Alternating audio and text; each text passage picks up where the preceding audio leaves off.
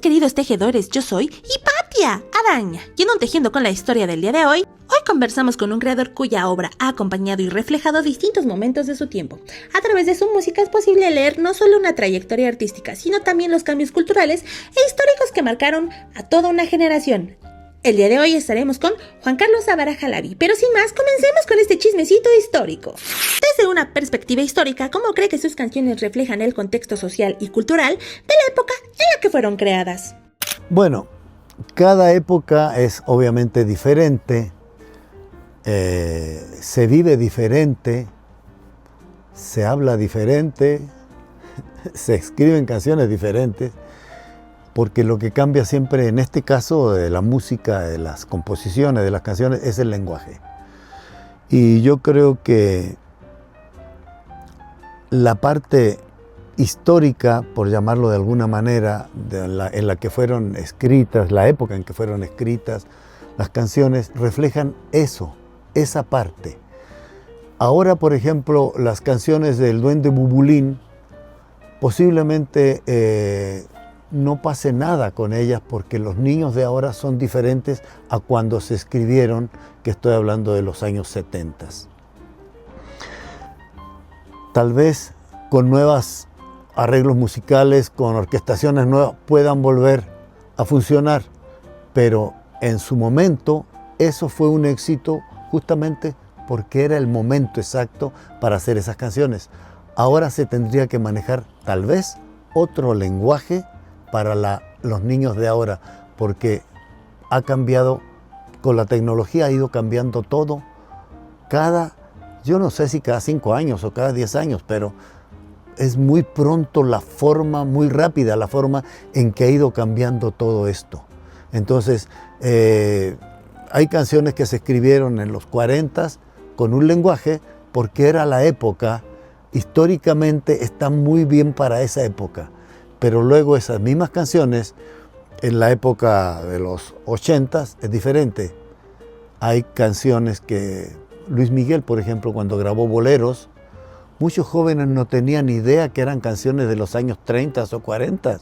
Oye, qué buena canción, sí, pero se actualizaron con arreglos nuevos, en fin, orquestaciones nuevas, y fue un gran éxito el disco. Entonces, la historia o la época en que se escribieron son exactamente épocas que reflejan justamente esa época. A lo largo de su trayectoria, ¿qué momentos considera clave en su vida creativa que hoy pueden leerse como hitos históricos?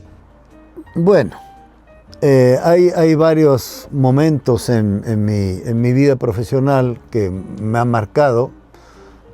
Cuando, siendo muy joven, todavía fui al Festival de San Remo, Italia, no a cantar, a participar como invitado. También cuando fui productor del festival Juguemos a Cantar, del cual surgieron artistas como Lucerito, Thalía, Edith Márquez, en fin, Lorenzo Antonio, el Caballo de Palo, en fin, Juanito Farías cantaba esa, en fin. Pero luego Valores Juveniles también me tocó producir a Mijares. Grabamos una canción de una niña que empezaba como compositora, Ana Gabriel, que sacó el 2º lugar en ese festival. En fin, son cosas muy importantes. Y para mí lo más importante, y creo que va a trascender, no es que uno quiera trascender, pero es lo que puede quedar a futuro, son las canciones del Duende Bubulín, que sin haber sido un personaje de gran éxito a nivel nacional, fue un gran éxito en el norte del país, básicamente Monterrey, Nuevo León, todo eso. Las canciones tienen un mensaje que estoy seguro, ahí sí, segurísimo, que van a trascender, van a pasar por un buen tiempo antes de que sean olvidadas, o tal vez no las olviden tan fácilmente. Porque hay canciones, por ejemplo, que se escribieron hace 50 años o más y siguen sonando y siguen estando en las redes y las siguen las personas, hacen comentarios. Esas canciones las escribió en los 70s y todavía en YouTube y otros lugares están vigentes esas canciones, después de 50 y tantos años. Por eso cuando alguien me dice, oye, ¿qué opinas de tal artista o de tal canción? Yo le digo, mira, yo no soy crítico musical ni literario. El mejor crítico es el tiempo. El tiempo pone las cosas en su lugar. Entonces, si dentro de 50 años una canción que se escribe hoy todavía funciona y a la gente le gusta y la pueden volver a grabar, en fin, creo que eso es lo importante. Ahí va a trascender esa canción o ese artista. Como cantautor, músico y productor, ¿cómo vivió los cambios históricos de la industria musical y de qué manera influyeron en su obra? Mire, mi querida patrona, le voy a comentar. Yo empecé como cantante y compositor cuando se grababa, voy a hablar de la parte técnica primero, cuando se grababa con una pista, un canal, que se llama full track, con toda la orquesta, en fin. Luego ya fueron 2 canales, luego 8, 16, 24, y ahora acá se pueden grabar hasta 200 canales o más si uno quiere. Bueno, la parte tecnológica ha sido muy importante, pero lo que no se ha perdido es, lo que no se debe perder más bien, es la creatividad. Porque la tecnología podrá ser muy buena ahora con la inteligencia artificial, hasta puedes hacer canciones, pero no tienen el alma que te da el ser humano, o el corazón, como le quieran llamar. Y yo creo que aquí es muy importante que a través del tiempo las buenas canciones, los buenos productores siempre van a estar presentes. Que puede cambiar la tecnología, puede cambiar el lenguaje, pueden cambiar muchas cosas. Pero lo bueno, la buena literatura, la buena música siempre va a trascender, va a quedar. Esa es mi opinión. Hay modas que de repente todo el mundo hace algo y todos se van por ahí, mira, está pegando tal artista, vamos a hacer 20 artistas como ese. Y sí, y al rato pasan de moda y nadie se acuerda de ellos. En cambio, hay canciones que se escribieron, como lo comenté anteriormente, hace 50, 60, 70, 80 años, las vuelven a grabar y vuelven a ser un éxito. Y creo que es por la calidad literaria y musical que tienen. Porque desgraciadamente ahora se ha perdido mucho de la literatura y la melodía, la buena música en las canciones. El personaje infantil que creó marcó a una generación. ¿Qué papel cree que tuvo ese proyecto dentro de la historia cultural y musical de su tiempo? Bueno, hablar de uno mismo y de los impactos que uno puede haber tenido en la gente es un poco difícil, pero como no soy muy modesto, lo voy a decir. Creo que lo del Duende Bubulín en su momento trascendió, fue muy importante para mucha gente, para toda esa generación de los 70s, 80s. Y actualmente todavía sigue siendo importante. Recibimos muchos reconocimientos, el de los periodistas de espectáculos de México, la UNESCO, el mejor programa de la televisión latinoamericana en su momento educativo, y eso es lo que a mí en lo personal me llena más como compositor, como autor de la letra, de la música, de la producción en general, es lo que a mí más me enorgullece de haber hecho. He hecho muchas cosas muy buenas, creo muy buenas, o con mucho éxito, pero lo del Duende Bubulín es un cariño muy especial, porque esas canciones se las hice a mis hijos. Entonces uno cuando le hace canciones a los hijos no puede hacer cosas feas, ¿no? Entonces creo que ese es el proyecto más importante que he hecho en mi vida. Mirando su obra con distancia histórica, ¿qué cree que permanecerá como su legado dentro de la historia de la música popular?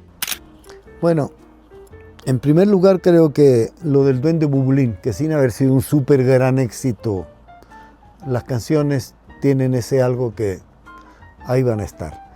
Hay otras canciones, por ejemplo, Bronco grabó la canción Una Noche Más, que tiene 28 millones de reproducciones, otras tienen 20, otras, en fin.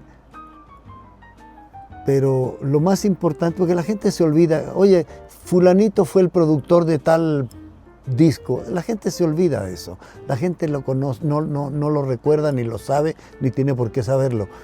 Y muchos artistas ni siquiera se acuerdan de que uno fue el que lo lanzó, que lo descubrió, y si te he visto no me acuerdo. Otros sí son muy agradecidos, pero creo que para mí Bubulín es lo más importante.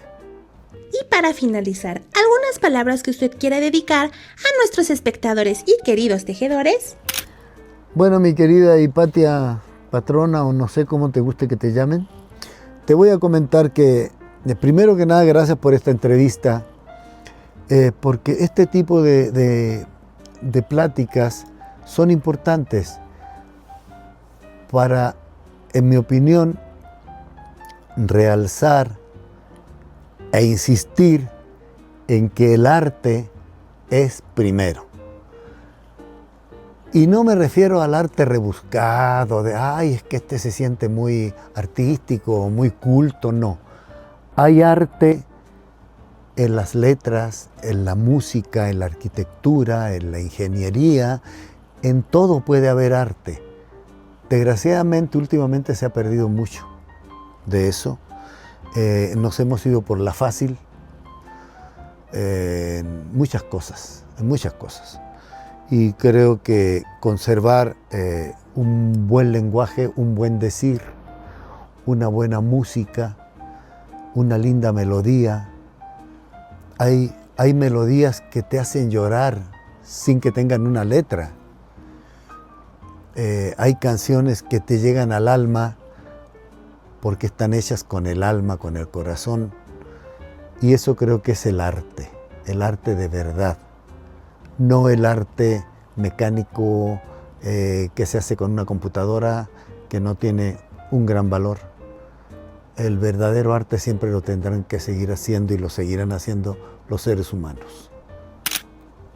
Agradecemos profundamente al productor Juan Carlos Zavara Jalavi por compartir su historia, su visión y su legado con nosotros. Su trayectoria no solo enriquece la música, sino también la memoria cultural de su tiempo.